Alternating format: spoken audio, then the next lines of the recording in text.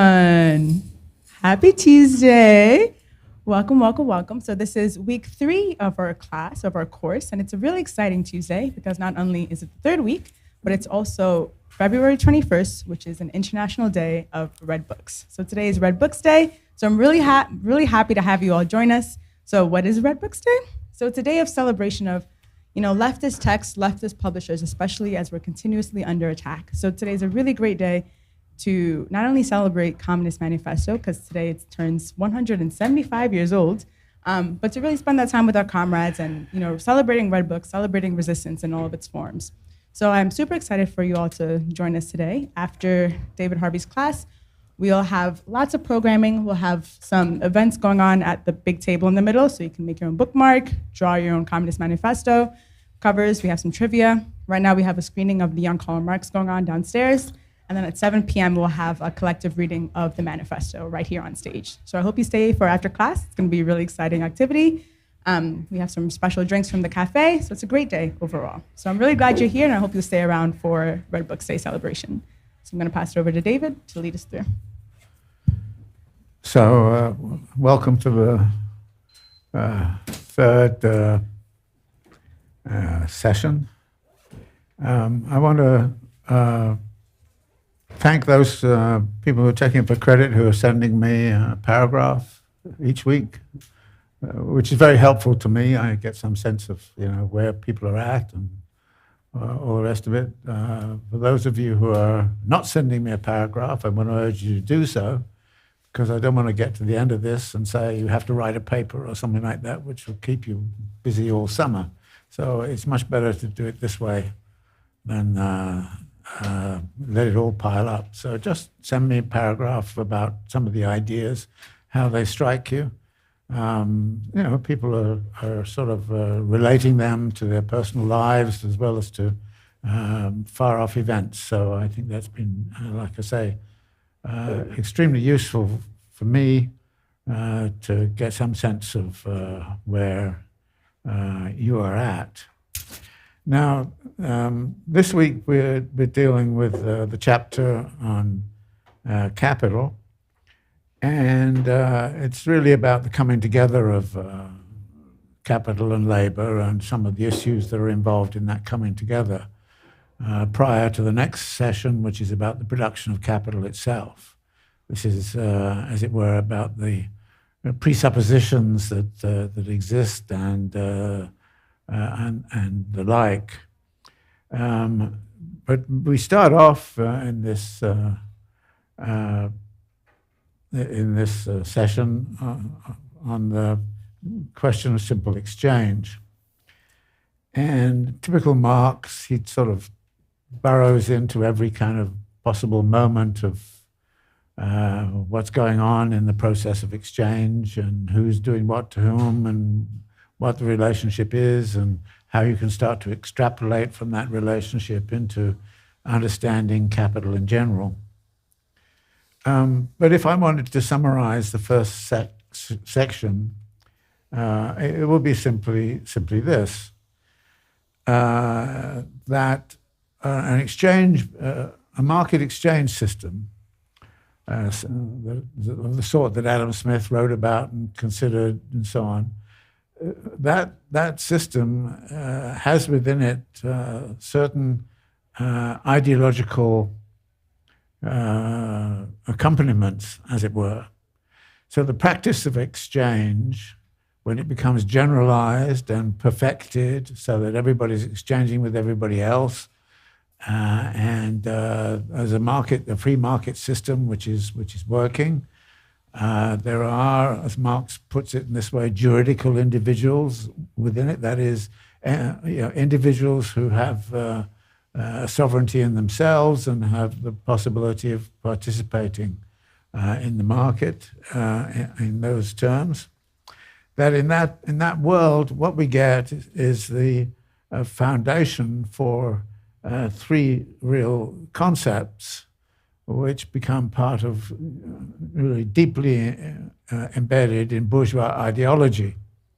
And these three concepts are equality, freedom, and reciprocity of needs and of provision.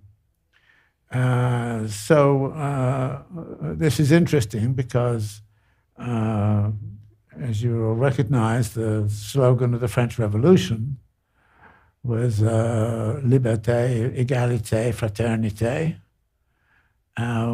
In other words, the three concepts which are foundational to that revolutionary movement and the ideology of it and what they were struggling for. What Marx does is to say those ideas didn't come from outer space. They didn't come from some kind of social philosophical dreamers. They actually reflect the practices of a perfected market exchange society.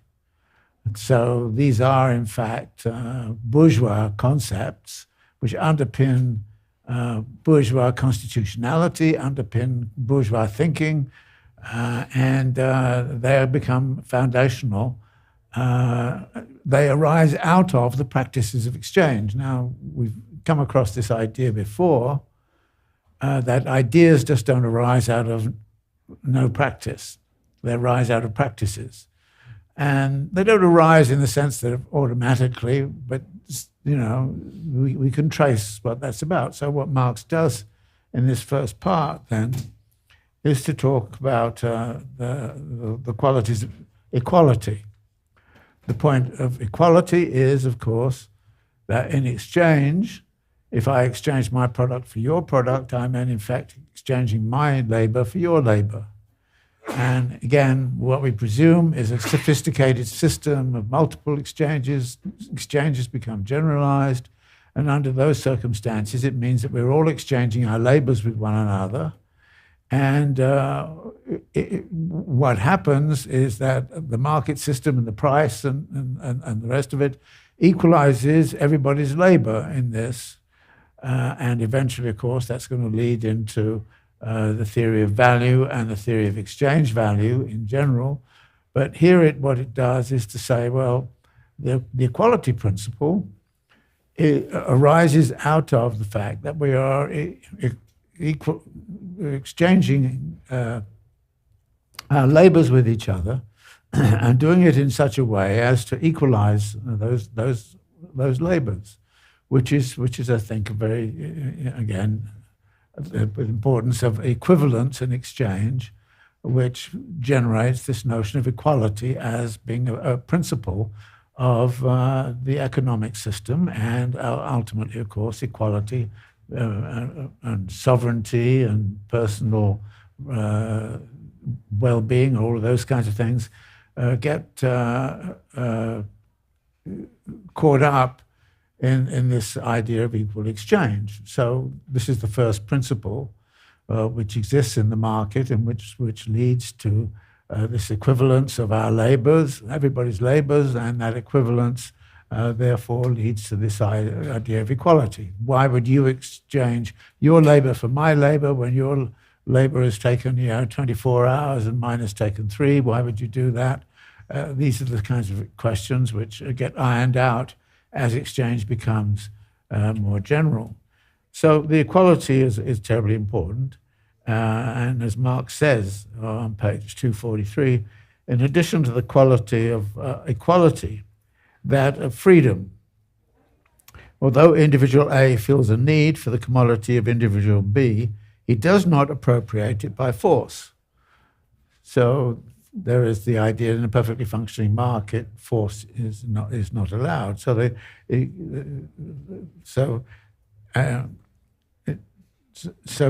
does not appropriate it by force, nor vice versa, but rather they recognize one another reciprocally as proprietors, as persons whose will penetrates their commodities. Accordingly, the juridical moment of the person enters here. That is, you attach the individual to this idea, individual freedom. I am not forced to exchange with you. You are not forced to exchange with me. We only exchange when we feel free to do so. The question of freedom becomes absolutely critical.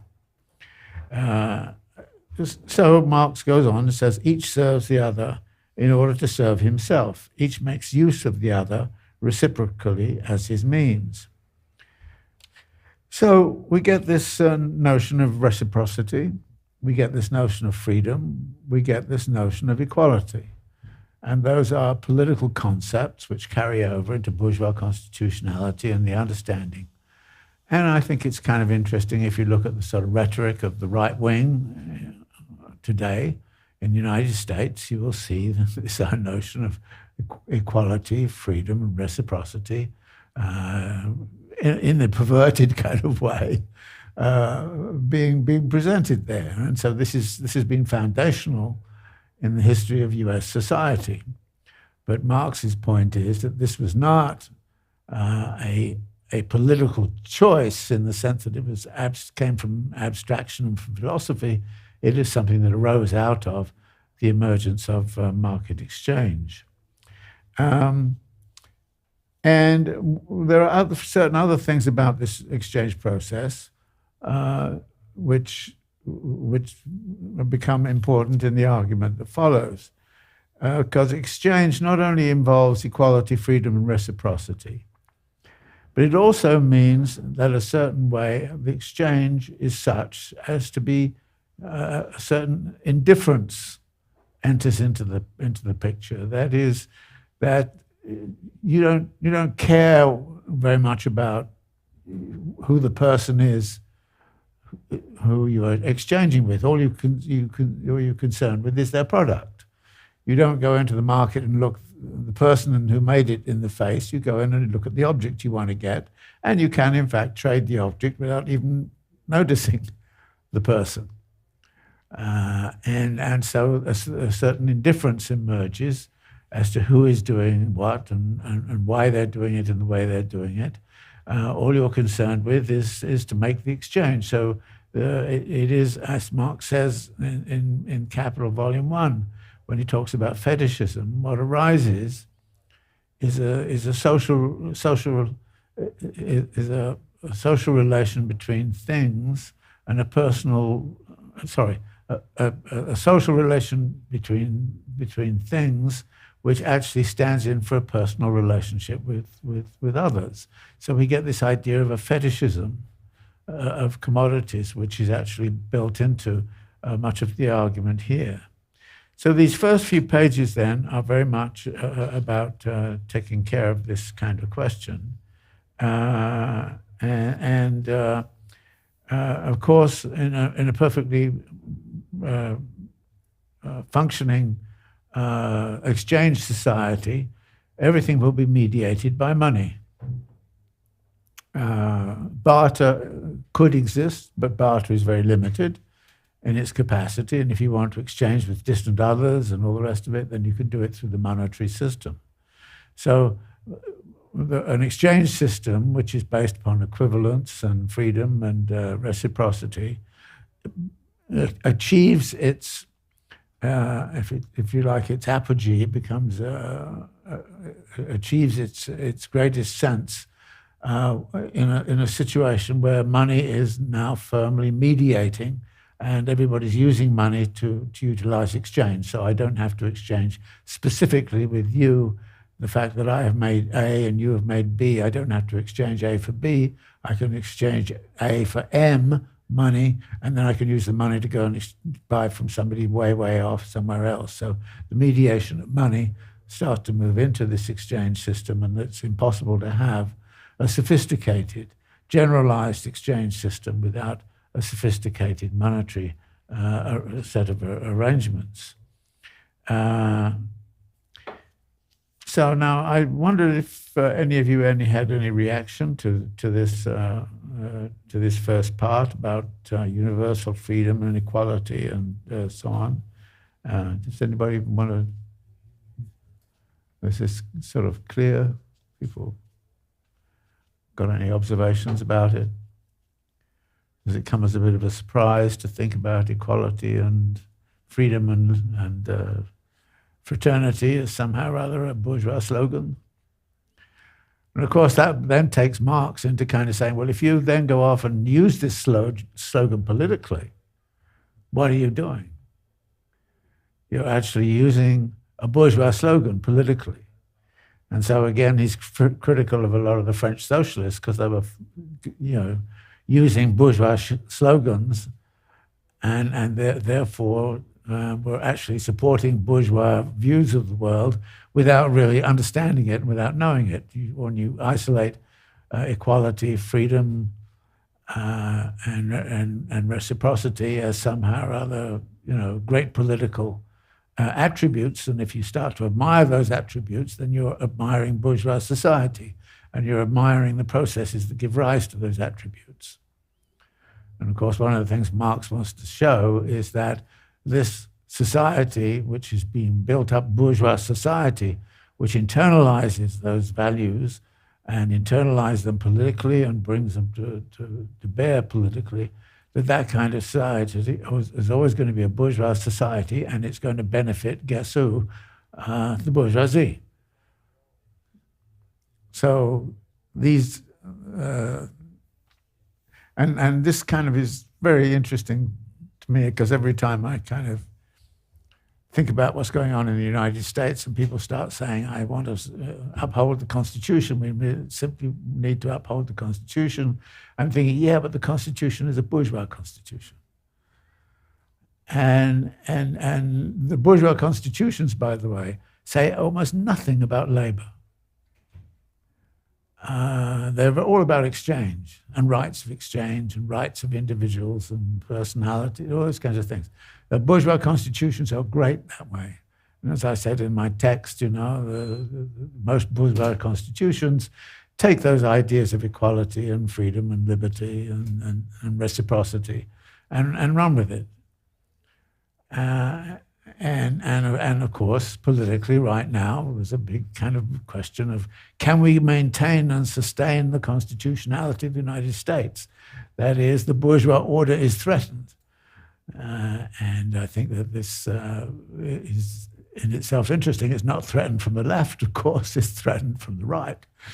So people are kind of rallying around, including me. I'm kind of thinking, well, bourgeois constitutionality is better than the kind of thing you might get with fascist constitutionality. So you kind of say, well, okay, I just join the struggle to maintain the bourgeois constitutionality in the hope that, we can use that as a means of getting to some more socialist constitutionality. So is there anything else about this that you would want to take up?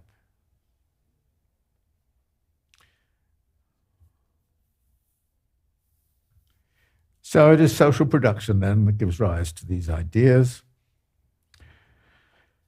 But then what Marx does is to start to say, we have to understand, this is on page 253, that capital comes initially from circulation. That is, the system we've described with all of its ideological accompaniments is a system of circulation of commodities and circulation of money.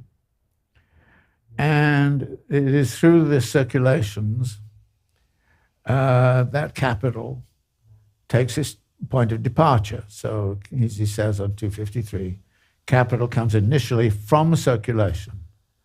And moreover, its point of departure is money. We have seen that money, which enters into circulation and at the same time returns from it to itself, is the last requirement in which money suspends itself. It is at the same time the first concept of capital and the first form in which it appears. That is, it's that form in which money is going to be used to make more money. But you can only do that in the context where circulation of money and circulation of commodities is widespread. So the circulatory system, that's why he's saying, well, capital originates from within circulation. It doesn't create circulation, that circulation is already going on, but it originates within it and appropriates it in some form. And it says money has negated itself as something which merely dissolves in circulation, but it has also equally negated itself as something which takes up an independent attitude towards circulation. This negation as a single whole and its positive aspects contains the first elements of capital. Money is the first form in which capital as such appeared. Money, commodity, commodity money, MCCM. Money is exchanged for commodity, and the commodity for money. This movement of buying in order to sell, which makes up the formal aspect of commerce, of capital, of merchant capital, is found in the earliest conditions of economic development. So that is the system then, where merchant capital comes into being and starts to build the idea that you use money to get more money, and you use more money to get even more money. So the circulation process of capital is MCCM. That is, money becomes commodities, then commodities become money.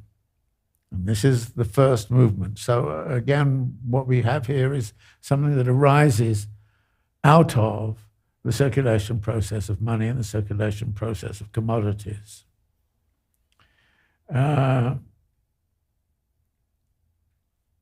Finally, he says, as commercial capital develops and monetary capital develops and capital circulates, there becomes another form of circulation, which is commodity for money and money for commodities. That is CMC or CMMC. So you have two forms of circulation which can arise out of what capital is doing and what is going on in the circulation of money and the circulation of commodity. One is the MCCM and the other is the CMMC.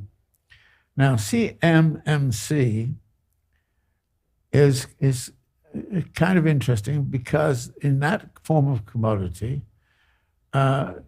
people are ending up with very radically different use values. I start off with making shirts, then I take my shirts into the market and get money for the shirts, and then I use the money to buy cabbages. So shirts, in effect, are exchanged for cabbages. And then the importance of this exchange system is that the objective of the exchange is exchange of use values. All right? And therefore, it is difference that matters. It's not sameness. In fact, there would be no point in that exchange if there were not very different commodities out there. The fact that there's cabbages out there and shirts and shoes and everything else, it's a differentiation which becomes absolutely critical for this form of exchange. And people's objective in the exchange is to procure a different use value to the one they hold. All right? In the MCCM, however, you end up with the same thing as you started with. And MC takes you then to CM. So you start out with money and you end up with money. So what's the point of that? Because you're not exploring any difference. There's no difference there. Now you notice that actually both of these forms of circulation, when you put them together as MCs, CMs, MC, and you keep on going like that, actually what you do is really say, well, this window on this section gives you MCM, which is money in exchange for money, and this one is CMC, which gives you, and which gives you a change of use values. In MCM, there's no use value change. You end up with the same thing. So, says Marx, the only reason why you would do that is so that you end up with more of the same thing. The question of more does not arise in the CMMC. It's difference. So you have two circulation processes, one of which is founded on the exploration of difference, and the other is founded on the exploration of more. That is, you want more exchange value, more money at the end of, and you started out with. In other words, you want profit. So this is how capital first starts to be experienced, with these different circulation processes building upon the circulation of capital in general, and the circulation of commodities in general, and the circulation of money in general.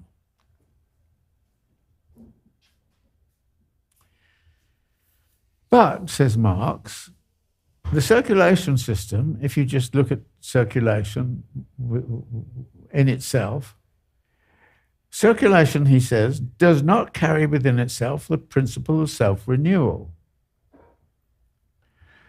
That is, if you're in the CMMC, you're looking for a different use value. You want cabbages or something like that, so you sell a shirt to get cabbages, but when you've got your cabbages, you stop participating.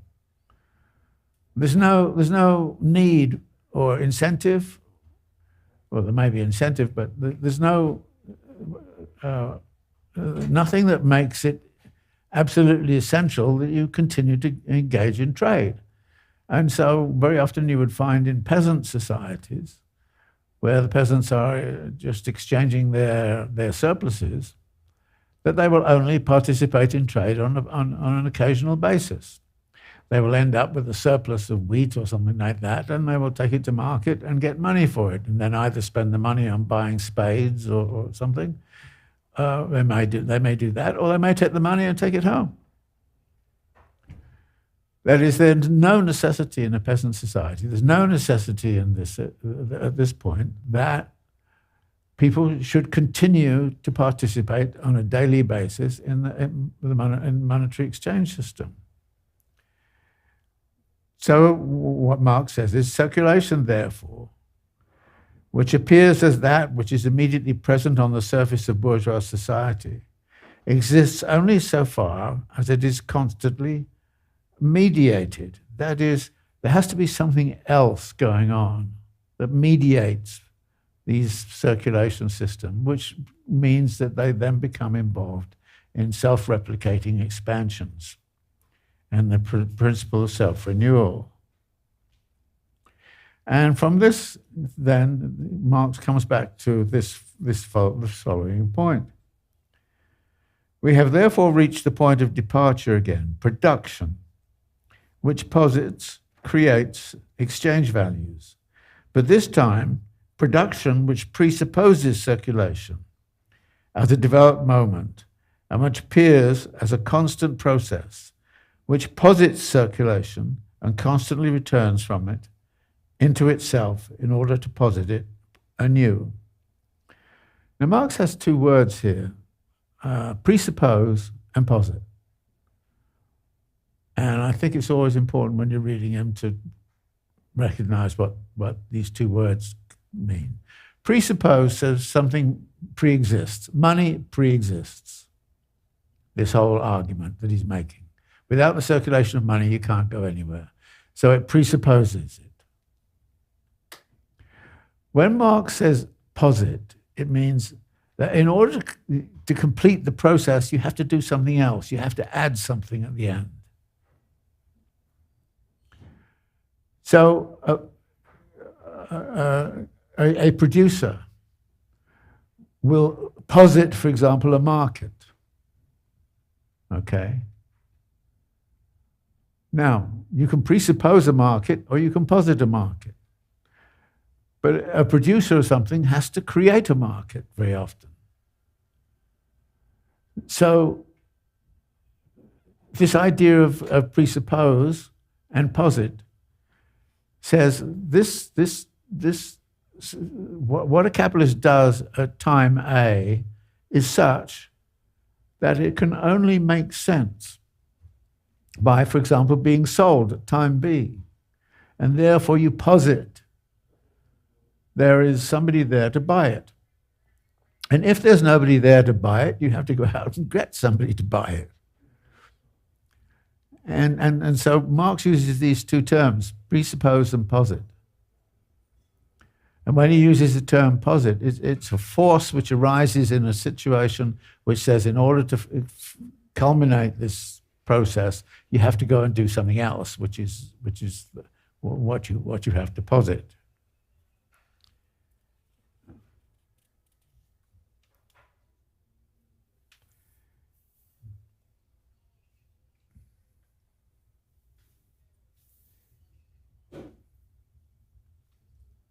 So this then leads Marx to kind of start to say, okay, we've now got to a situation in which there's a certain amount of capacity to start to produce for exchange. Now, there's a difference of producing just for purposes of occasional barter or something of that kind, and another thing, producing on a regular basis for purposes of exchange, which means there's a regular market. So this is the second step, if you like, of what is leading to capital. And Marx starts to use the example of agricultural capital and the like.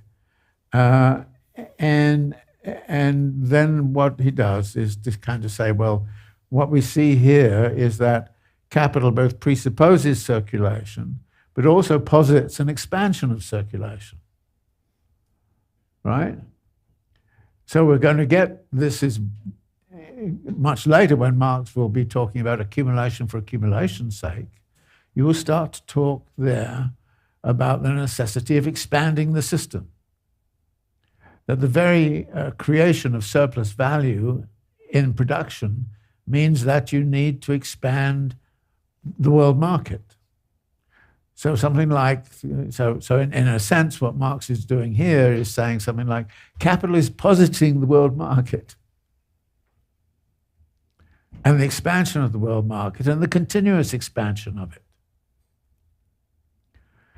And the production of surplus value, since it's about production of more, is always going to be positing the expansion of the market.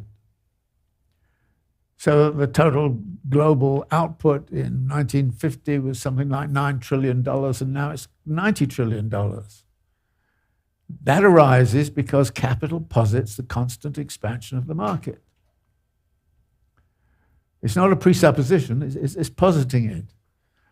But it's a powerful force, transforming the world and transforming how we live in that world. So this word posits is a Marx word which crops up in the Grundrisse a lot. But when you read it, realize what Marx is saying.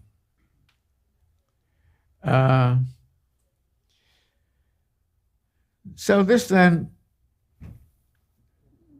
leads Marx to kind of sort of say, well, what's going on is that capital is arising out of the circulation process.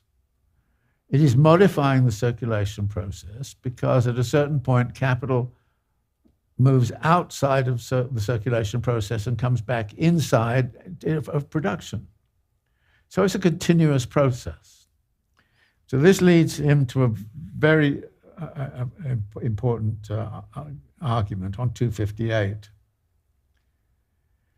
The catch is, he says, that if all capital is objectified labor, which serves as means for new production, it is not the case that all objectified labor, which serves as means for new production, is capital. Capital, he says, is conceived as a thing, not as a relation. Now, this is one of those moments where you have to be careful, because that is not Marx's position. This is Marx kind of saying, at this point, it appears as if capital can be understood as a thing. So he then goes on, if it is said, on the other hand, that capital is a sum of values used for the production of values, that is, money being used to produce more money, and this means capital is self-reproducing exchange value. If it is said that capital is exchange value, which produces profit, or at least has the intention of producing a profit, then capital is already presupposed in its explanation. Notice, presupposed. For profit is a specific relation of capital to itself. Capital, he said, is not a simple relation, but a process in whose various moments it is always capital. This process, therefore, to be developed. Remember, Marx's objective here is to understand capital. He said it appears it can be understood as a thing, but then he rejects it and says, no, capital is not a thing, it is really a relation. But then he goes on to say, when you look at it, however, it is not really a relation, it is a process. So you get that picture that I gave you the first week of circulation of capital and the different moments within it, production, consumption, exchange, distribution, competition, all the rest of it, are within the process. So the definition of capital is not as a thing, but is as a process. Now, this is very different from bourgeois economics, because in bourgeois economics, capital is defined as a thing. And of course, to some degree, a relation. But Marx will have nothing to do with that definition. It's defined as a process. And then he says, this process, therefore, to be developed. That's what the rest of the Grundrisse can be about, the development of that process.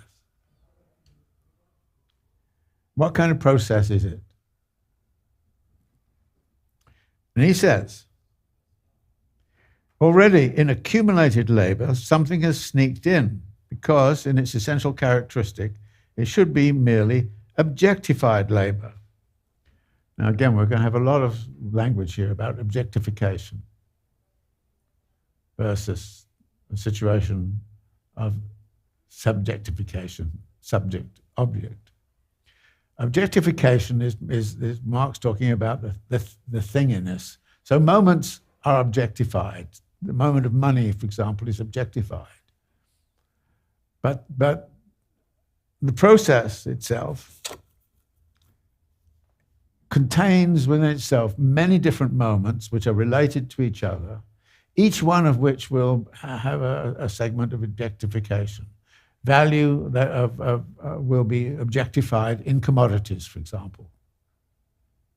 So the commodity will then be marketed as a thing. And then the value will be extracted from that marketing, and the value will continue to circulate. So, objectified labor, in which a certain amount of labor is accumulated, but accumulated labor already comprises a quantity of objects in which labor is realized. What Marx is talking about here is the production of means of production and the production of material inputs, of resources and the like of it.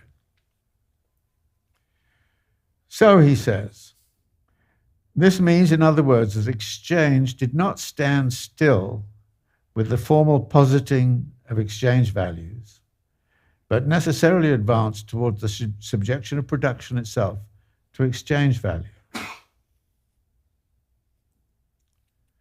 And then he goes on to say, to develop the concept of capital, it is necessary to begin not with labor, but with value. And precisely with exchange value. Now, I argue in the book that Marx, again and again in the Grundrisse, conflates value and exchange value. In Capital, he separates them and says value is one thing, exchange value is something else. But here is a typical thing where he kind of say, oh, he's going to talk about the value theory. But no, precisely with exchange value. It's an already developed movement of circulation. So exchange value starts to circulate. In Capital, it's value which circulates. In Capital, Marx defines capital as value in motion. But here Marx is talking about motion as exchange value. And again, he conflates value and exchange value. Occasionally, he sees them as sounds as if he sees them separately, but for most of the time, he's treating value and exchange value as being equivalent. As soon as money is posited as an exchange value, which not only becomes independent of circulation, but which also maintains itself through it, then it is no longer money. For this, as such, does not go beyond the negative aspect, but what we have here is capital. Money is the first form in which exchange value proceeds to the character of capital. And that, hence, the first regarded as sole adequate form of capital.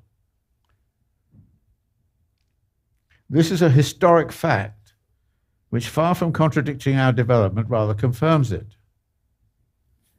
The first quality of capital is, then, this, that exchange value, deriving from circulation and presupposing circulation processes itself within it, and by means of it, does not lose itself by entering into it.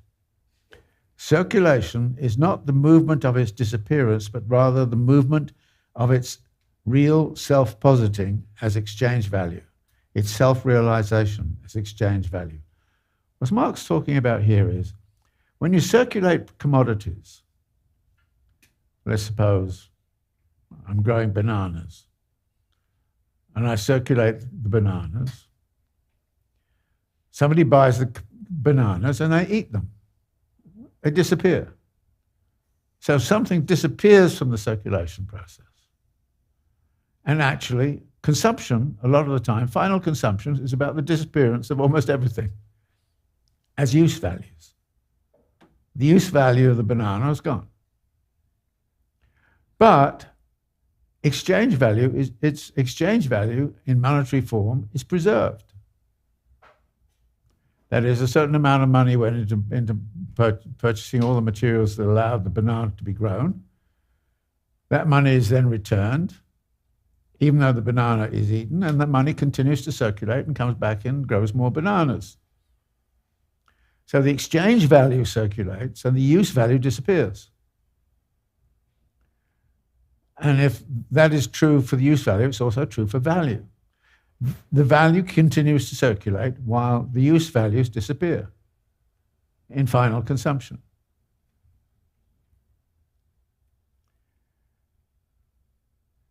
So the realization of the value, or the exchange value, in the market preserves the value so that the value can keep on circulating. And that's what that circulation process was all about. But the use values are dropping out. People are wearing the shirts, tearing the shirts. They feel, they get the beef or they get the bananas or whatever and they consume them and they're gone. So the use values are constantly being imported into the production process, but also precipitated out.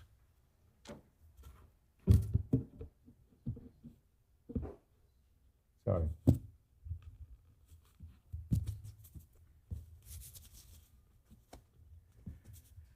So it's the money that preserves itself. And the preservation of the monetary form is the preservation of capital. So that's why capital first takes the form of money. Money is preserved, the monetary value is preserved, and that preserves capital. And capital can circulate in monetary form.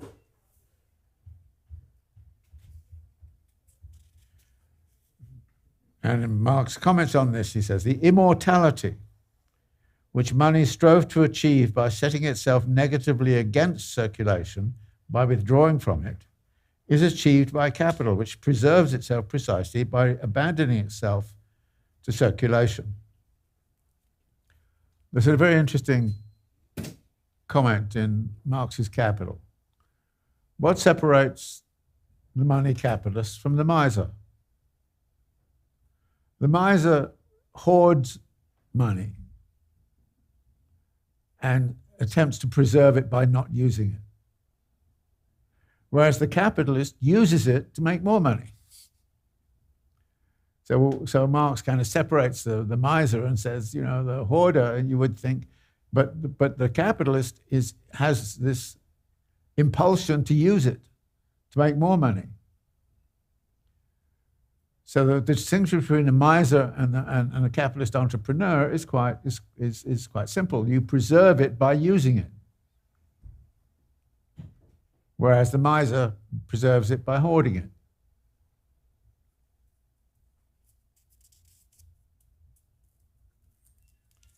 This is a very initiating part for looking at the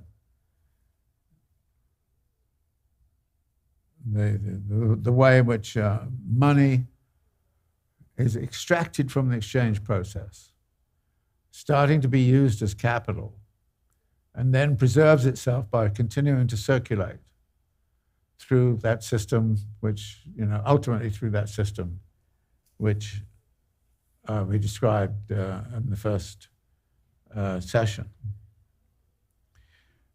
But, of course, commodities drop out of circulation as use values. So there's the duality in the situation. And Marx, again, comments like this. He says that, and with that, it is no longer a simple positing of equivalence, a preservation of its identity, as in circulation, but rather multiplication of itself. Exchange value posits itself as exchange value only by realizing itself, i.e., increasing its value. So capital posits an increase of its own value. Money, as capital, has lost its rigidity, and from it, a tangible thing has become a process. So again, this thing and process is important. This is on 263. But at the same time, labor has changed its relation to its objectivity. It too has returned to itself. Remember the circulation of labor capacity. The labor comes back to itself. But the nature of the return is this, that the labor objectified in the exchange value posits living labor as a means of reproducing it, whereas originally exchange value appeared merely as a product of labor. So this then leads Marx on 264 into a general plan, and there are several of these general plans in Capital, and I put them in the back of the companion. But I think the general plans are interesting. I don't know if we should discuss them or not. Do you want to discuss them? Again, there's this language of general concept of capital, particularity of capital, quantity of capital, accumulation, exchange of capital, competition of capitals, concentration of capitals. But then come a bunch of things which Marx never really got around to looking at, but which I think it's important to recognize would ultimately have been absorbed within the definition of capital. Capital as credit, capital as share capital, capital as money market, capital as source of wealth, the capitalist. And after capital, landed capital. Then the state of bourgeois society, taxes, or the existence of the unproductive classes, the state debt, population, the state externally, colonies, external trade, rate of exchange, money as international coin, finally the world market, encroachment of bourgeois society over the state, crises, dissolution of the mode of production, and form of society based on exchange value, real positing of individual labor as social and vice versa. This is an incredible list of things that need to be investigated. Marx only got about 10% of the way into it. But this is what he had in mind, and this is what, in a sense, he says you have to do if you want to understand the totality. And this is the the first plan, and subsequent plans do much the same thing. And it then raises the question as to what's the positionality of these plans in relationship to what Marx actually accomplishes in the Grundrisse. What does he cover out of this plan effectively? Does he really cover any of it? And we'll get back to a little argument about that very, very shortly.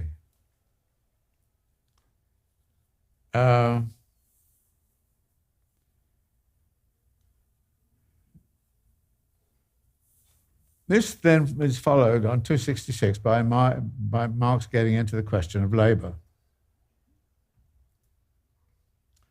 capital and labor. The transition from simple exchange value and its circulation to capital can also be expressed this way. Within circulation, exchange value appears double, once as commodity, again as money. If it is in one aspect, it is not in the other. This holds for every particular commodity. But the wholeness of circulation, regarded in itself, lies in the fact that the same exchange value as subject, posits itself once as a commodity, another time as money. And that it is just this movement of positing itself in this dual character and of preserving itself in each of them as its opposite, in the commodity as money and in money as commodity. This in itself is present in simple circulation, but not posited in it.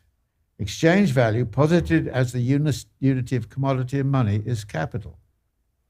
And this positing itself appears as the circulation of capital, which is, however, a spiral, an expanding curve, not a simple circle. Now, I make a lot of this issue. Marx, by and large, works with the model of a circulation process, which is cyclical. But at the same time, he recognizes that capital, in order to be capital, has to continuously expand, that it is therefore a spiral. And there's a big difference between cycles and spirals. Cycles, you just keep going on, If you think of the spinning of the earth, you end up with the cycle of the seasons. So they're just repetitive. And it'll be repetitive until the universe blows up. So it's going to be, so it's a cycle. And in that case, it's a fixed cycle with obviously wobbles and all the rest of it, but it's a fixed cycle. And therefore, for time immemorial, as long as the earth is around, we're going to have the seasons. Okay, they say maybe they may change in heat disparity and all the rest of it, but we're going to have the seasons. And we're going to have night and day. Those are cycles. And they're predictable. We know we can do calculations way into the future as to what the length of the working day, what the length of the day will be at such and such a date in the future. We can do all those things. We can do that with cycles. Spirals, however, are distant. They get out of control. And it's, I think, no accident that the slang on the street for a drug overdose is spiraling. Hey man, I'm spiraling, So it's out of control. And that's the thing about spirals. They tend to spiral out of control. And if capital is effectively a spiral, then you've got to understand it is therefore going to be constantly getting out of control. And Hegel had a distinction between an adequate spiral and a benign sort of spiral and an evil form of spiral. And one of the things that we have to deal with in contemporary capital is to recognize, and as Marx does here, right at the very outset, that really we have to understand it as something that is moving in a spiral form. And the spiral form is significant.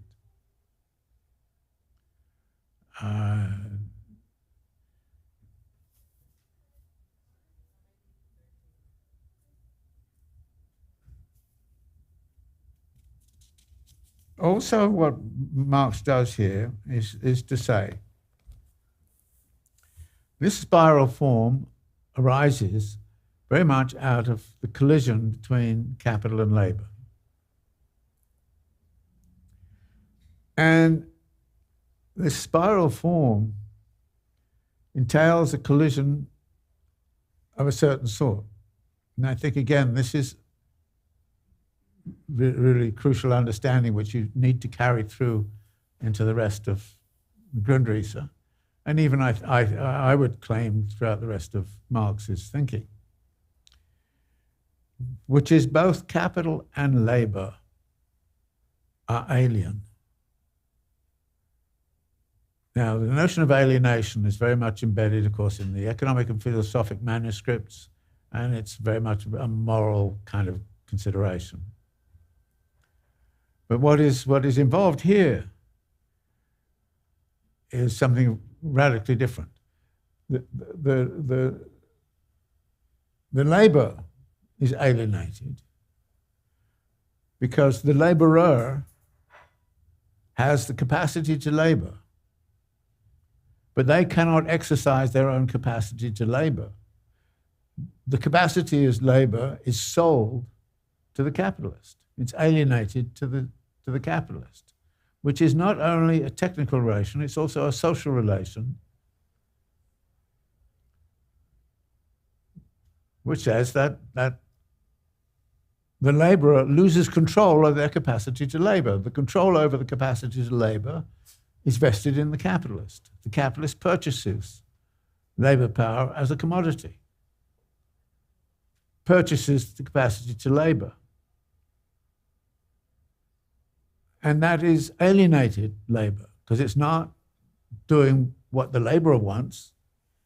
It's not doing anything that the laborer is concerned with.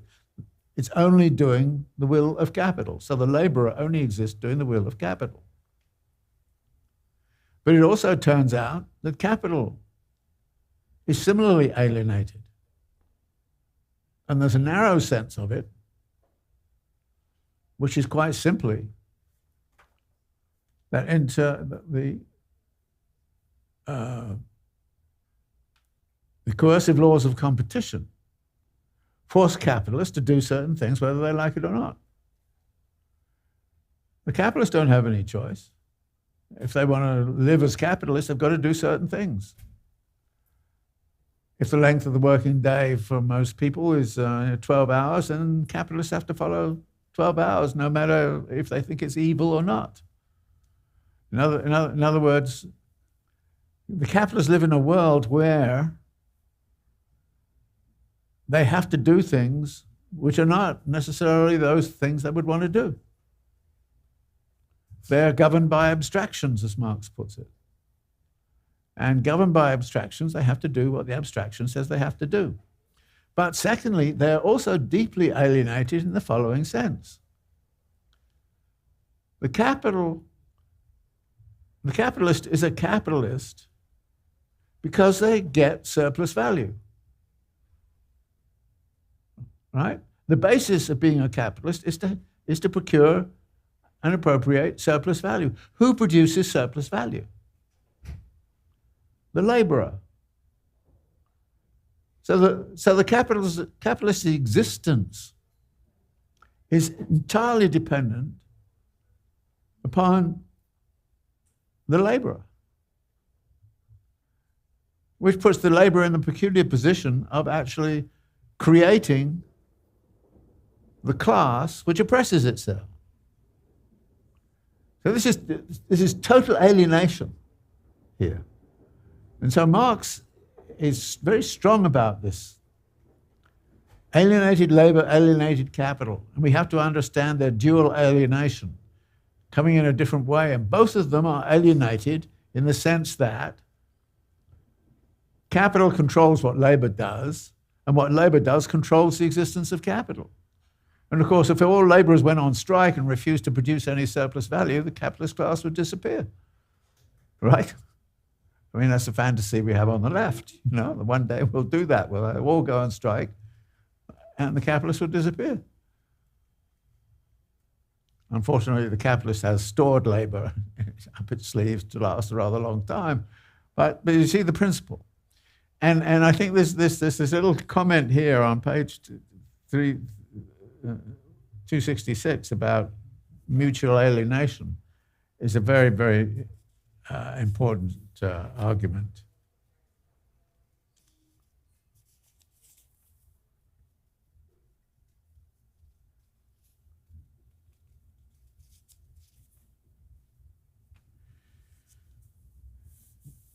Now, a bit later on in this section, Marx starts to elaborate more deeply after a few arguments with Proudhon. And as you know, I don't take kindly to the arguments from Proudhon.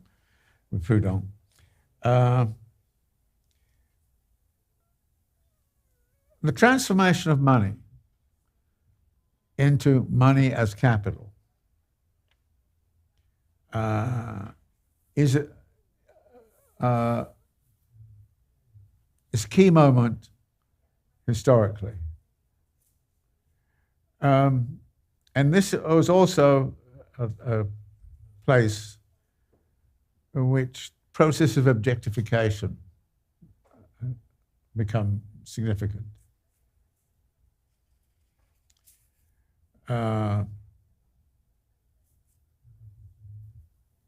On page 270, Marx starts to talk about a use value for capital, which is the substance of labor, i.e., therefore, as an object of exchange with which capital does not lose its value quality, as, for example, does money when it is exchanged for a particular commodity. The only utility whatsoever which an object can have for capital can be to preserve or increase it. Again, back now the character of the spiral. That is, capital has to be preserved and it has to be increased. That's the way in which it organizes the spiral. And in fact, capital preserves itself through increase. This is on 270. And it preserves itself precisely only by constantly driving beyond its quantitative barrier, which contradicts its character as form, its inner generality. Thus, growing wealthy is an end in itself. The goal-determining activity of capital can only be that of growing wealthier. If this does not by any means have the capacity which, according to its general concept, it ought to have, namely the capacity of buying all pleasures, all commodities, the totality of the material substances of wealth is not a précis of everything else. Fixed as wealth, as a general form of wealth, as value which counts as value, it is therefore the constant drive to go beyond its quantitative limit, an endless process. The only way in which it can be a spiral is through this endless process. It preserves itself as self-validated exchange value, distinct from a use value. And this is done very much through the objectification of labor.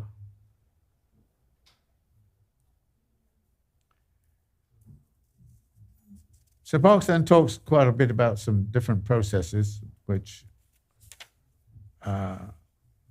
which this is done, and I'm going to skip over those because I want to take up the following argument on 278, which I think, again, is rather critical for our understanding. It must be kept in mind, he says at the top of totality of this, must be kept in mind that the new forces of production and relations of production do not develop out of nothing, nor drop from the sky, nor from the womb of the self-positing idea. This is Marx doing his anti-Hegel thing. But from within and in antithesis to the existing development of production and the inherited traditional relations of property. While in the completed bourgeois system, Marx is now jumping to a different perspective. In the completed bourgeois system, every economic relation presupposes every other in its bourgeois economic form, and everything posited is thus also a presupposition. This is the case with every organic system. This organic system itself, as a totality, has its presuppositions, and its development to its totality consists precisely in subordinating all elements of society to itself, or in creating out of it the organs that it still lacks. This is historically how it becomes a totality. The process of becoming this totality forms a moment of its process, of its development.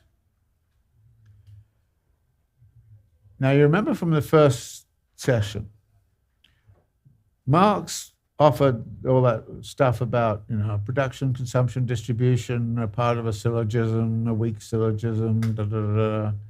What is interesting about that is that many people think that Marx is proposing that as his framework for understanding capital. But it's not. What he's describing there is the bourgeois economic system, which is set up to try to explain the nature of capital. And that bourgeois system is made up of different forces, if you like, production, consumption, distribution, vectors of change, thing-like processes which actually force almost like a mechanical reconfiguration of what capital is about. Marx kind of says, this is the wrong way to go about it. The bourgeois theorists constantly treat capital as a thing. Sometimes they treat it as a relation. I am treating it as a process. Now, back in that session, he didn't really outline the organic process, but he repeats it here and says, this is an organic process. It's an organic totality that I'm looking at. It's an ecosystemic whole, which I'm analyzing. And therefore, we need to supplant bourgeois economics with all of its objectifications and its treatment of forces of change and dynamics and all the rest of it. We have to reject that in favor of something in which production and consumption are not separate. But they're not identical either, because they're different moments within a totality. So Marx is clearly saying at this particular point of the Grundrisse that he's working with this notion of a totality, an organic notion of a totality, and that the process of becoming this totality forms a moment of its process. It is not a complete totality. It is constantly in the process of transformation and becoming. So what is Marx doing in the Grundrisse? Is he dissecting the totality? Or is he simply critiquing classical political economy? You can take different positions on this. The position I would take is that the Grundrisse is really what might be called a precursor, a prelude to the construction of an alternative political economy. And the purpose of the prelude is, if you like, to deconstruct classical political economy. And deconstruct it in a way that you still see the elements there, like production, consumption, distribution, and all the rest of it. You see the elements all there, but you understand them differently. You understand them as moments within a totality as opposed to independent forces which are having a transformative impact upon the economic situation. Furthermore, the totality is in the process of becoming. Even more furthermore, it is a spiral in the process of becoming. What I think is involved here is that at some point or other, we have to construct the alternative political economy. Marx is just signaling all of the things we've got to get out of the way in order to do that. He's clearing the decks, if you like, of bourgeois political preconceptions. He's clearing the decks of classical political economy so that we can freely create an alternative definition of the nature of capital. And also, it's it is an alternative conception which is going to help us explain something which is crucial, which I've mentioned before about the theory of value. That for the Ricardians, there was this whole kind of problem. If labor value, or if labor is the source of all value, how come labor receives so very little of it? Well, Marx is addressing that question here. And instead of saying, as John Stuart Mill said, was the only way we can do something about this is to redistribute and act on the point of distribution, what Marx is going to do is to say, John Stuart Mill is totally wrong. We have to deal with the analysis of capital in production. And we have to analyze that production internal to the totality. So if you set up Marx's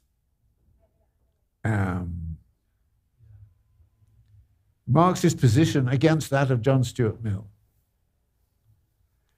Marx would be saying, I can explain to you why it is that labor, as he says in here, is about a condition of abject poverty. And capital is about constantly increasing wealth. I can explain that to you from the way in which capital is organized through the production of a capitalist mode of production. That is, the theory of the capitalist mode of production is going to explain that moral dilemma that the Ricardians felt and could never resolve except by these weak redistributive strategies. If you want to get to the heart of the problem, you've got to stop the spiral. We're in that situation right now. Somehow or other, stopping the spiral, because the spiral is doing so much damage and is getting so out of control. At the same time, many other things are going on. For instance, the alienation of labor, which is there all along. That alienation has become so widespread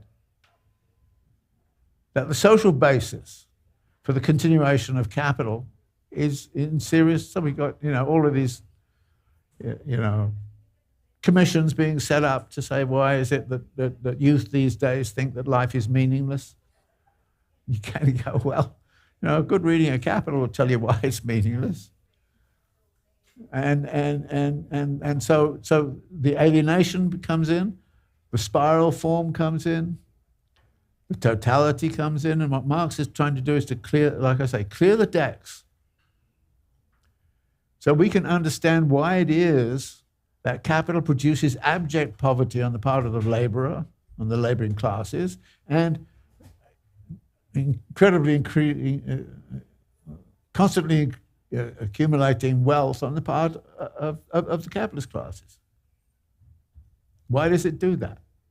So Marx is not actually proposing that in itself. he's trying to clear the decks of at some point he talks about this drivel. And he sees a lot of kind of drivel in classical political economy. At the same time as he's also saying, well, they got some of the story right, and he has to use some of the story in in particular, the categories. I mean, those categories he was critiquing in the introduction: production, consumption, exchange, distribution. No, he says those are the right categories. It's just that we have to insert those categories into this notion of totality as opposed to the syllogistic way in which bourgeois political economy organized them. So this section on totality I put a lot of stress on, because Marx is confirming what he said in that introduction, which is you've got to try to convert all these categories into something rather different, as would be the case within any organic totality, he says, or organic whole. So he sometimes uses organic whole as opposed to totality, but here it's totality. So the theory of totality is reaffirmed in this passage. And I think it's particularly interesting the way it's reaffirmed. So he reaffirms it and says, this is in the process of becoming. The totality forms a moment of its process, of its development. And he then adds something, which I think is significant, because it raises some questions about how we think of totality. On the other hand, if within one society, the modern relations of production, i.e. capital, are developed to its totality, and this society then seizes hold of a new territory, as for example colonies, then it finds, or rather its representative, the capitalist, finds that his capital ceases to be capital without wage labor, and that one of the presuppositions of the latter is not only landed property in general, but modern landed property. In order to ensure a wage labor force, you had to make sure that laborers did not have access to the primary means of production, i.e. the land. So you had, in fact, to organize primitive accumulation and keeping them absent from the land. Marx makes a lot of what was called Wakefield's policies in Australia, which was policies of setting up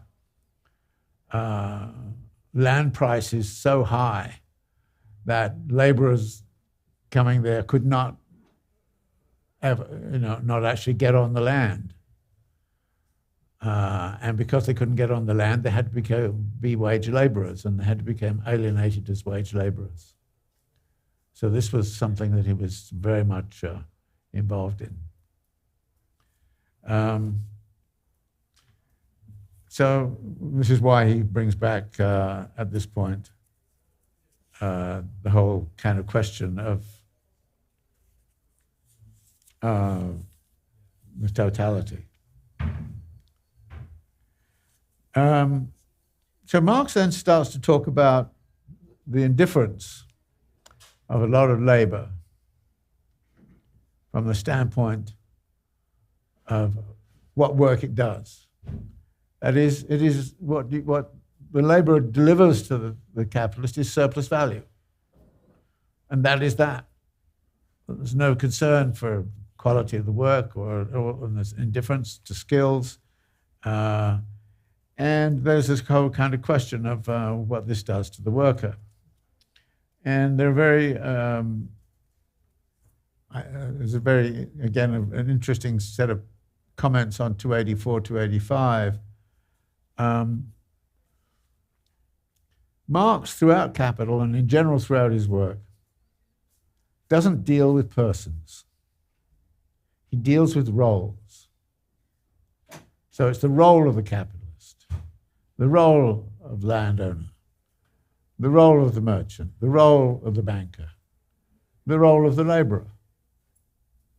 So he deals with roles, not whole persons. Now, he says that's distinctly in Capital, but what you see is it comes through here too. except at this point, to 84 to 5, he actually starts to talk about the laborer as a person.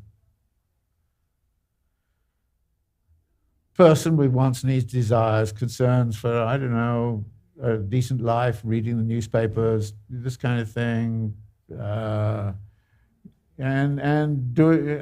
having a certain kind of satisfaction in their daily life. Now, this is I think many people would see this as a weakness in Marx. And I think that it is a weakness in the sense that, of course, the people who become laborers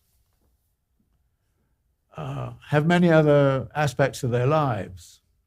And in that circulation of labor capacity, there are certain moments where people will freely choose to do this or that. But Marx is concerned with their role as laborer producing surplus value. And therefore, most of the time, he talks simply about that. And he says, well, when the laborer moves away from that and they go home at night, or they go out into the market, or they go into the bar and they have drinks and they do crazy things, as laborers will do all of those things. And Marx kind of says, they lose their identity as worker. They lose their identity as laborer when they do that. And he's not making judgment as if to say they shouldn't do it. He's just simply pointing out that their role as laborer is particularly effective at the point of production, has also, and there's some stuff in here about, what they do with the money wage. Do they save it for future? What do they do about their retirement? What do they do? All those kinds of things. And at that point, capital actually relies upon labor utilizing its power over money to look after itself so that it doesn't bother capital when they're old age, or doesn't bother capital when they get sick. That, in other words, laborers will look after themselves, will have to look after themselves as a class, at the same time as they will develop themselves as a class in their own way, in their own time, without necessarily being dominated entirely by capital. But right throughout the Grundrisse, the role is what matters, and really matters. There are these moments, as happens in this section, where we're dealing with the laborer as a person. And I think it suggests, well, Marx is fairly sensitive to that. But in his political stuff, he's not so sensitive. There's a very insensitive comment about the Irish. At a certain point, people behave like the Irish, as he says. This is not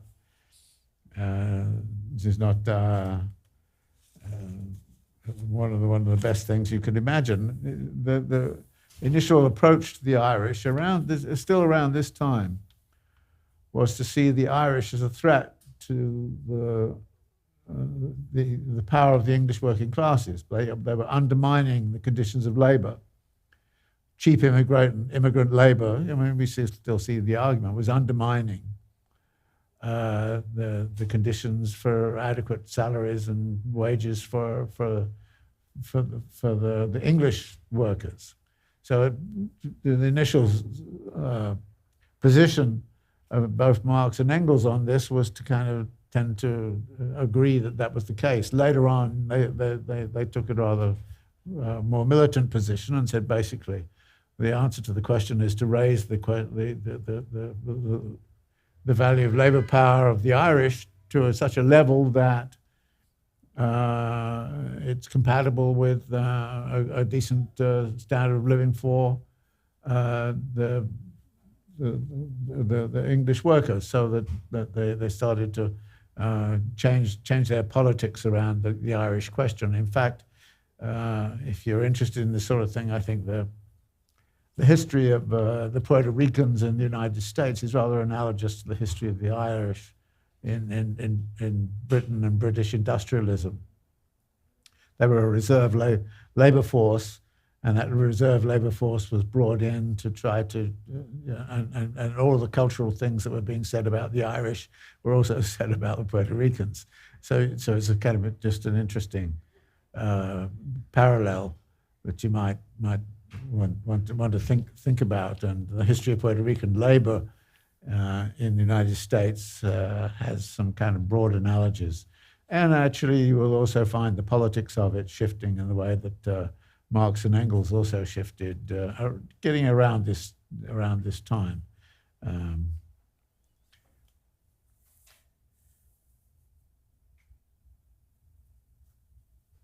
How much time have I got? What time are we? 5:40. 5:40. Okay. I want to skip some things in general, unless people have particular things they want to raise from here at all, and go to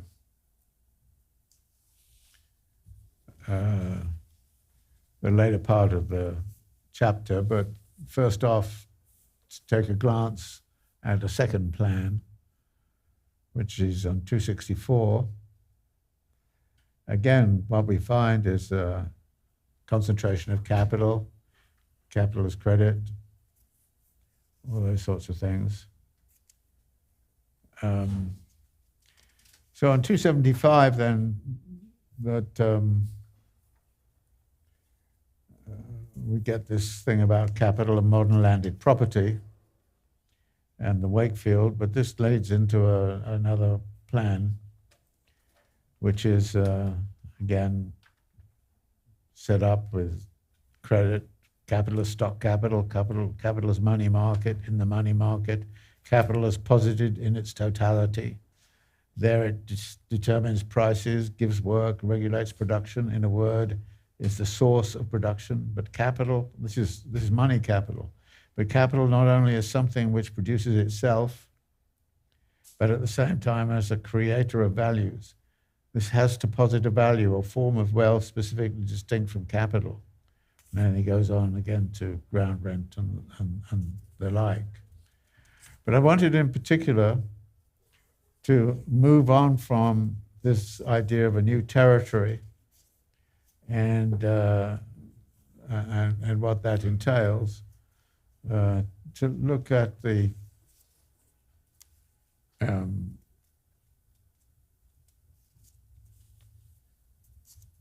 stuff about what the worker gets, and this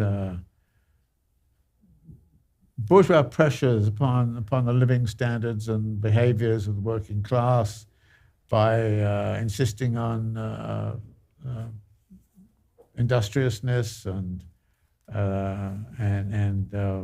trying to cultivate an ethic of industriousness within the working class, which we, for many years, was very important. And then there's some searching comments about the demands of hypocritical bourgeois philanthropy, much of which is self-contradictory, to ameliorate the exchange between the worker and capital. The worker finds himself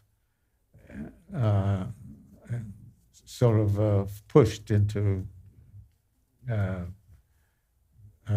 absolute poverty, and the worker is supposed to get themselves out of it by increasing their industrious capacities and their industriousness.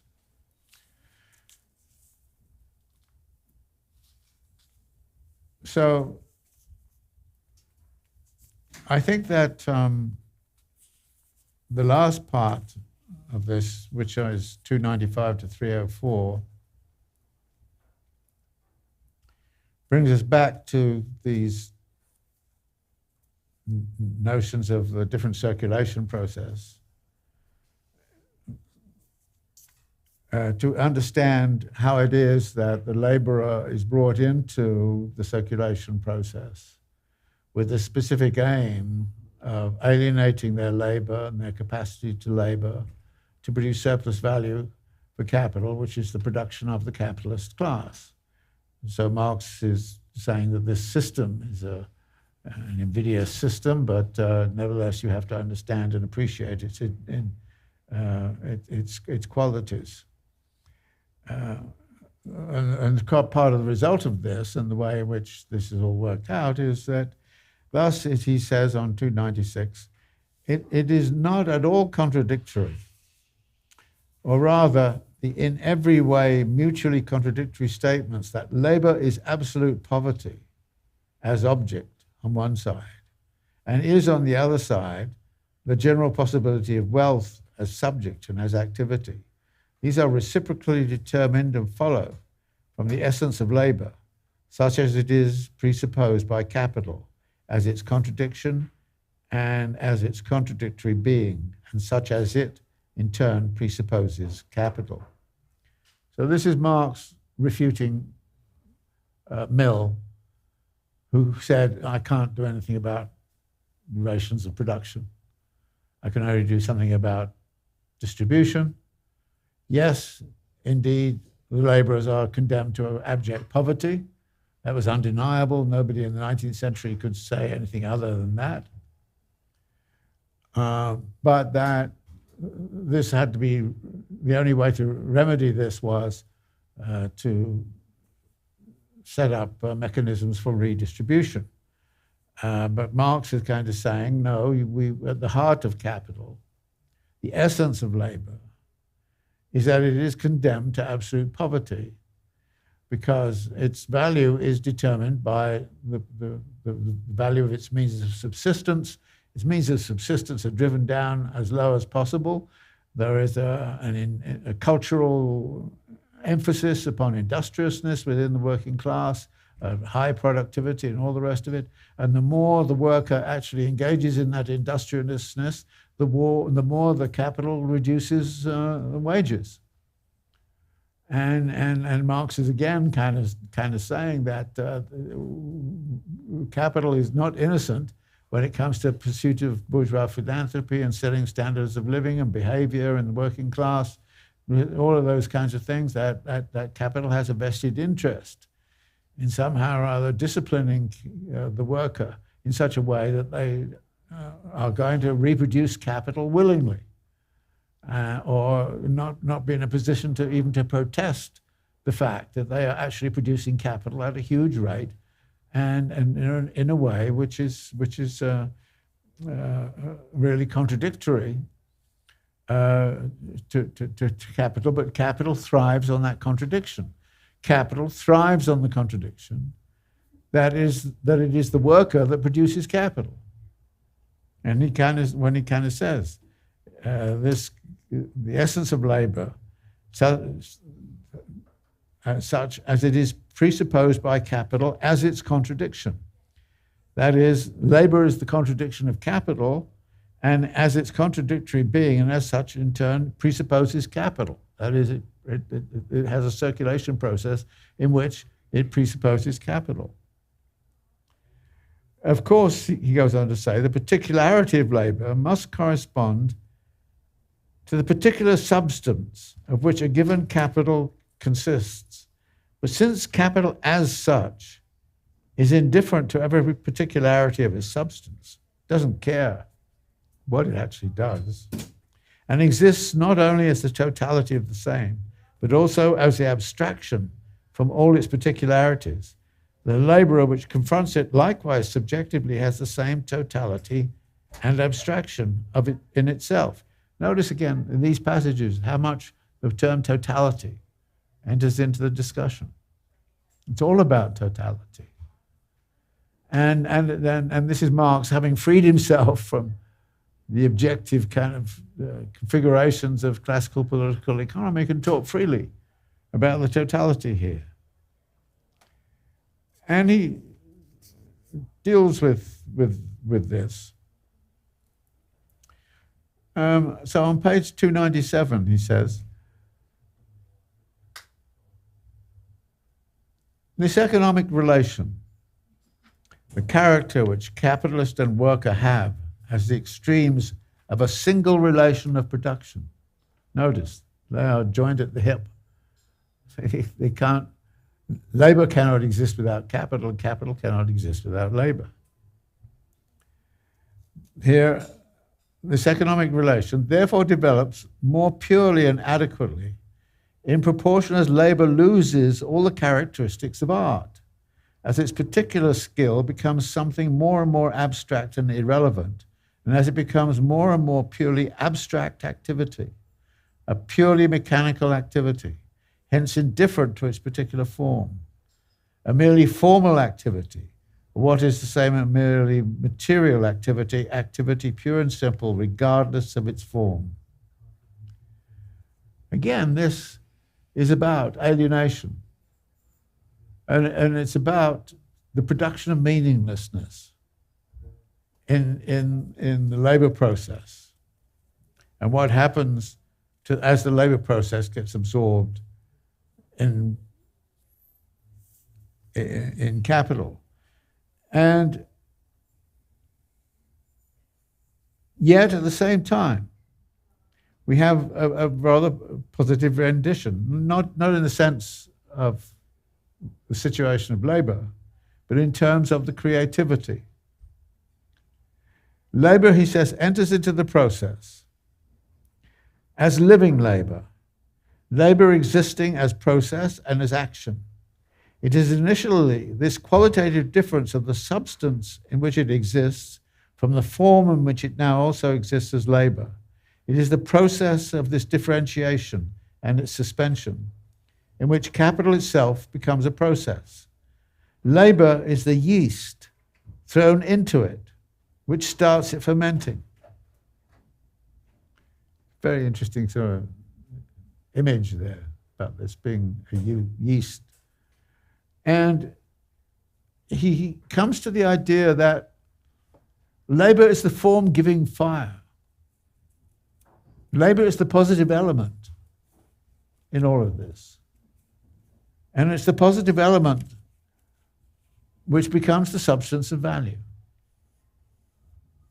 Again, it's alienated labour. Of course it's alienated labour. It's alienated labour caught within the spiral form. But it is also something which is living labour. And it's living labour which is the yeast.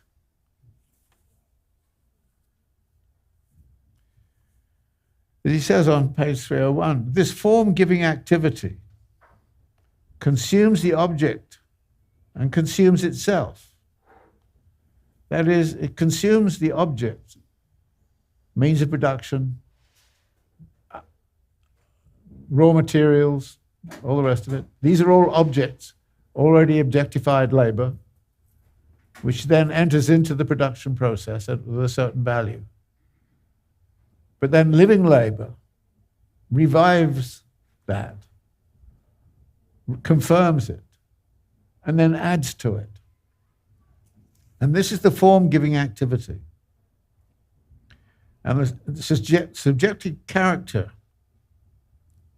of this activity forms the one, materializes the other. But as product, the result of production process is use value.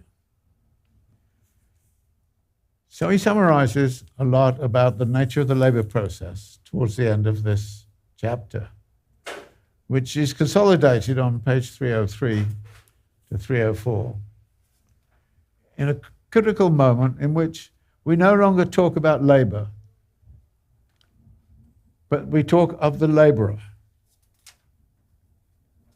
For the first time, he says, necessity to draw attention to a moment which arises from the standpoint of the observer, but is posited in the economic relation itself. In the first act in the exchange between capital and labour, labour as such, existing for itself, necessarily appeared as the worker. Similarly, here in the second process, capital as such is posited as a value existing for itself, as egotistic value, so to speak, something to which money could only aspire. But capital, in its being for itself,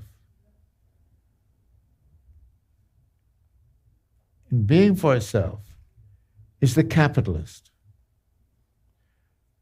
So it is now, finally, we've got to the point where we start to identify the roles, capitalist and worker. and those roles are obviously opposed. And Marx goes on and says this: capital is indeed separable from an individual capitalist, but not from the capitalist, which is the concrete abstraction, who as such confronts the worker. So in the same way that individual workers exist, capitalists and do all kinds of things, so the role of the capitalist, the role of the worker starts to become the main centerpiece of analysis. Thus also, the individual worker could cease to be the being for itself of labor. He may inherit or steal money, etc., but then he ceases to be a worker. As a worker, he is nothing more than labor in its being for itself. This to be further developed later. So, again, we're going to have a lot more about the condition of the laborer and what the laborer does and what the distinction might be between the worker as person and the laborer conceived of in terms of a concrete abstraction in terms of its role. And again, I want to emphasize that Marx is here talking about roles, basically talking about roles. Occasionally he's lapsing, as he does here, by saying, well, you know, there's more to what a capitalist does than what the capitalist is doing here. There's more to what a worker does than what the worker is doing here. But I'm going to be concentrating on those roles, and I'm going to be concentrating on them in order to explain and take on board all of that Ricardian socialist fervor about, you know, redistribution as the key to what we're doing. It's the key to the situation. So what we've done in this section is really sort of by introducing the laborer, we step by step into the circulation process by starting with circulation, out of which capital circulation can form and can grow, then be expanded and become the spiral form, particularly through the introduction of labor, so that alien labor and alien capital come side by side and do their job together. So those are the sorts of issues we've covered in this section. In the next section, we get into the actual production of capital itself.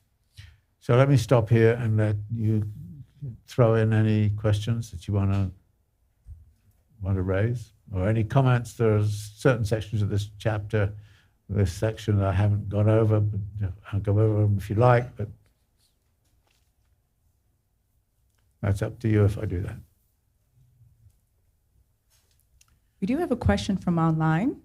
This person asks, do you think the division of labor as an intended strategic characteristic of the beginning of capitalism, or is this genealogy of capitalism's beginning also organic? Again, I think the way I would respond to that is to say that the nature of exchange is such that you couldn't have exchange without a division of labor, and that therefore a division of labor of some sort is presupposed in the rise of commodity exchange. I mean, commodity exchange is about exchange of divisions of labor. You produce cabbages, I produce shirts, and so we exchange. So the division of labor is presupposes, but it is in many features of Marx, as capital develops, so it posits new division of labor, so that, for example, all the stuff that's going into artificial intelligence right now, all the stuff that's going into military hardware right now, it's not as if somehow or other all of those things presupposed circulation of capital. No, the circulation of capital and its ancillary activities like geopolitical confrontations lead into a situation which posit technological innovation of various kinds. The search for relative surplus value through technological advantage is something which posits, at a certain point, technological change, at the same time as technological differentiation is presupposed. So this relationship between what's presupposed and what's posited is there. And the division of labor is presupposed, but as time goes on, of course, it's more and more posited because of the driving search for profit and driving search for surplus value.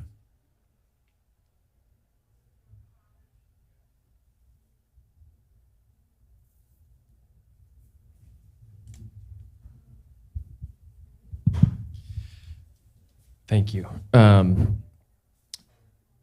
Earlier, we established that Marx is trying to move beyond the labor theory of value, kind of, I guess, building on it. But this language about labor as the living source of value, labor as the yeast that kind of gets everything going, the form-giving activity, this, to me, sounds a lot like the labor theory of value. Yeah. I wonder if this is an example of him, as you said, sort of relapsing into a previous analysis. He has not yet worked out exactly where value is coming from, or am I misreading? No, I don't think you're misreading at all. I think I might shape my response to it a little bit differently. I mean, throughout the Grundrisses I've commented, he confuses and conflates, probably is better, exchange value and value. But in the same way that he has in mind, I think, clearing the decks of everything, he doesn't manage to do it all. And I think value is a question mark in the Grundrisse right throughout. Again and again, you will come to these passages like the one I read that talks about value. And then in parentheses, it says exchange value. So clearly he's just thinking about exchange value, not the labor theory of value. Then there are the other points of this language where I think there's no question that he's arguing that capital is crucially dependent upon value. And the value theory that Marx is beginning to look at is the Ricardian value theory, and he tends to accept the Ricardian statement as a starting point, but later on starts to sort of take rather different positions. But I think it's very difficult to read the Grundrisse and come out with some sort of coherent understanding of exactly what Marx's critique of the Ricardian labor theory of value might have been. And you're dead right, there are many passages where he accepts the Ricardian view of things, and then there are others where he doesn't. So you just have to watch out for that, and do not expect to come out of Grundrisse with a coherent theory of value. At least I would make that argument. Maybe somebody can. It would be a great thing to do, but I haven't seen it, and so that's work to be done. Yeah, sorry. You brought up briefly the role of ground rent in the origins of capitalism, or the origins of the capitalist social form. And then your companion, when you make that move, you also make a nod towards Robert Brenner and that current of thought about the origins of capitalism. I wonder could you go back just a bit and talk about the way that ground rent is coming up here in the Grundrisse, I mean, and how that maybe moves into the Brenner? Yeah.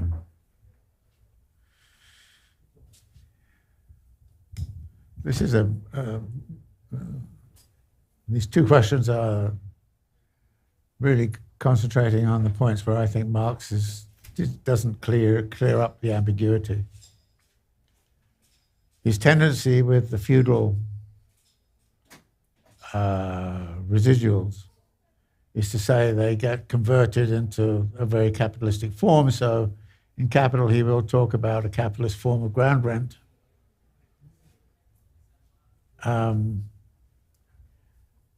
But the problem is this. that whereas in the other spheres you can clearly see how that transformation occurs, in the case of ground rent, at some point he actually seems to be saying that capital, the rise of capital, presupposed the prior conversion of feudal land rent into a capitalist form of land rent.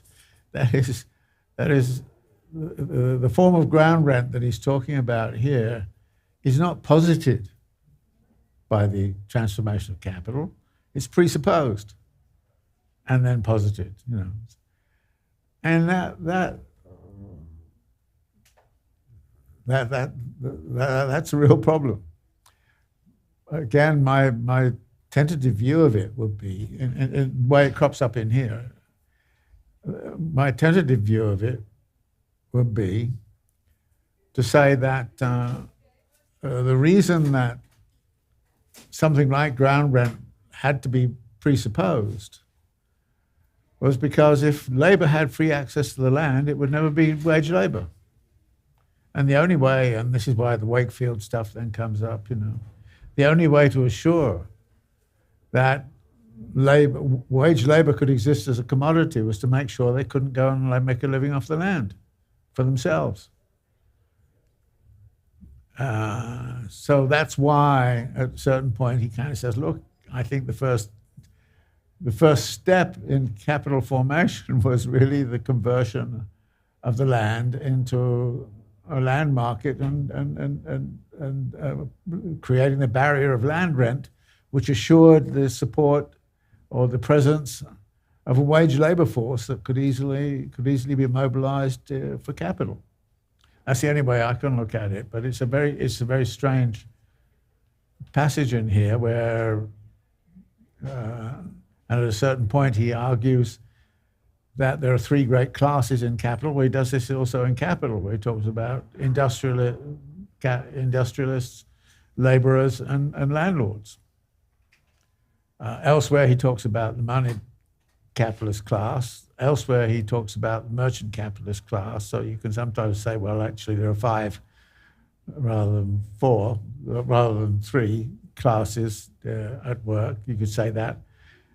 But why he emphasized the ground rent in these pages is I think a bit of a problem for me to explain exactly why he would do that. And the only explanation I can come up with is that he needed it for that reason. But it is odd. It's an oddity. If you got a better solution, you go. I mean, there are some people who argue all along he actually held the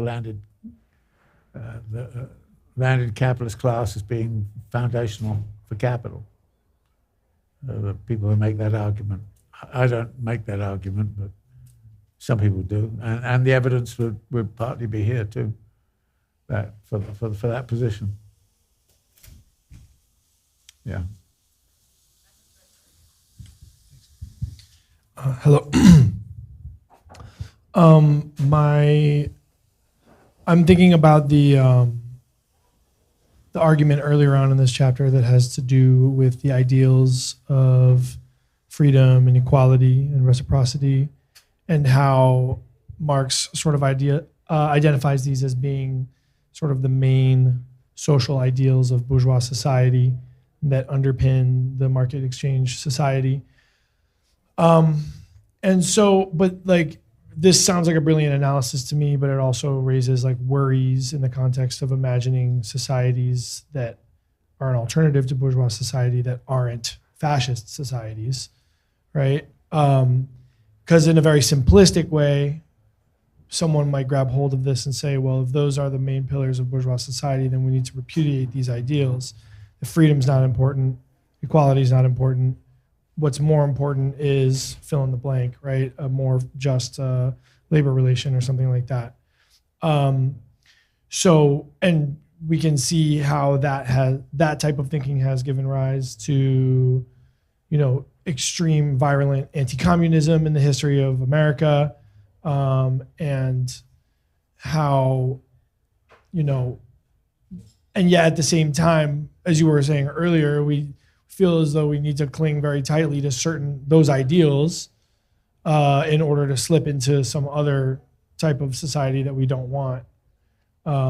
So can you speak a little bit more to that, and in the context of imagining like a post-capitalist society, what the importance of freedom and equality and these types of bourgeois ideals might be in the construction of a society of that nature? Yeah, well, for example, I don't see here any coherent concept of democracy. I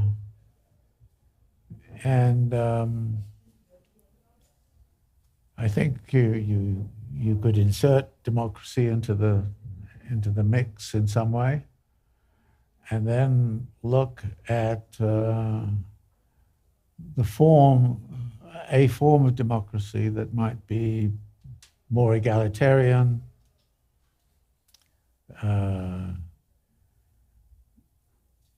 would have restrictions on freedoms, but then actually turns out capital has plenty of restrictions on freedoms.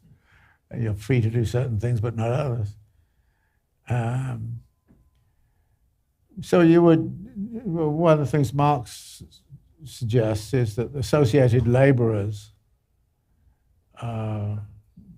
working in a non-hierarchical organizational form might well have the capacity to develop an alternative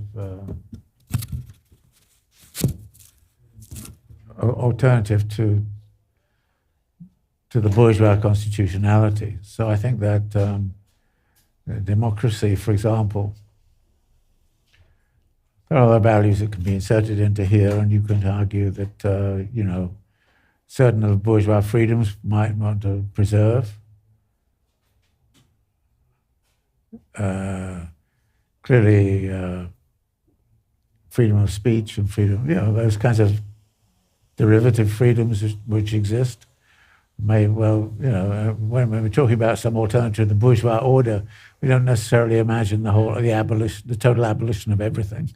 You're looking at, as Marx would kind of put it, you have to work with what you've got, and you transform what you've got. And so transformations of democracy, so as, for example, to eliminate the monetary influence. I mean, right now we have a monetary form of democracy in the United States. You can imagine a form of democracy in which money in elections was banned, or something of that kind, or equalized. So you could introduce some other version of it. So, but again, the big problem here would be not so much the transformation of the ideological concepts, but the arrival of the practices that would permit those new ideological precepts to make sense. And that's the challenge, and that's why you see Marx wants to challenge John Stuart Mill all the time and say, well, you're just redistributing things around. You're not actually changing the basic process.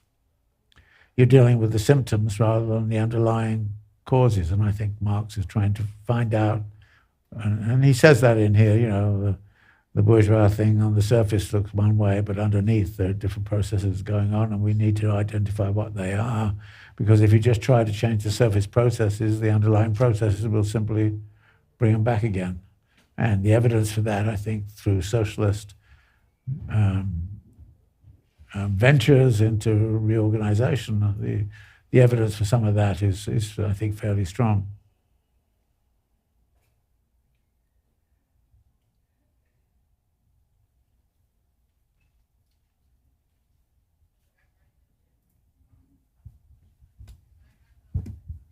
A little bit on taking on that, but to the other extreme that you mentioned in the beginning, when equality, freedom, and reciprocity are sort of exploited to the max by the fascists or the extreme right. And the idea of this alienating of labor taken to the extreme too, isn't also the extreme right powers now this ability to harness on religion as well, on besides the labor and besides capital, getting that sort of other element that laborers or people have on relying on religion and harnessing that power to the extreme opposite, right? The extreme evil. Yeah, I mean, Marx is not, of course, concerned with bourgeois constitutionality in general. I think he's simply pointing out that the slogans of the French Revolution had their origins, if you like, in certain practices. Now, the question of how we approach civil society and the social formation of civil society in terms of, say, the power of the evangelical vote or whatever in Brazil or in this country or increasingly in other parts of the world. Those questions are obviously questions that need to be looked at, and people need to look at them, but they're not an immediately Marxist concern. What and how and what the socialist movement should do in relationship to the evangelical movement, for example, is. Right now, but you know more than I am. What percent of the vote in Brazil is controlled by the evangelicals? It must be pretty high. No? Yes, no. I mean, yes, Congress is, I guess the mayor of Rio is evangelical. The evangelical vote essentially is deciding the game politically. And of course, the evangelical vote but it's interesting to look at what the economic basis is of the evangelical vote, and why it's flourishing to the degree it is.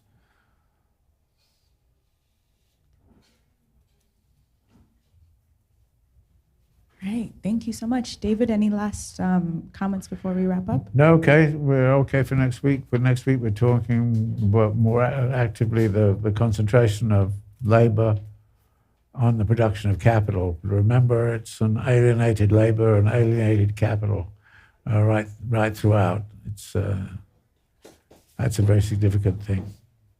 Okay, so we'll leave it till next time. And enjoy the books. Yeah, stay for Red Books Day. We have a whole really exciting evening planned, so I really hope you stay. Plus, you get extra credit.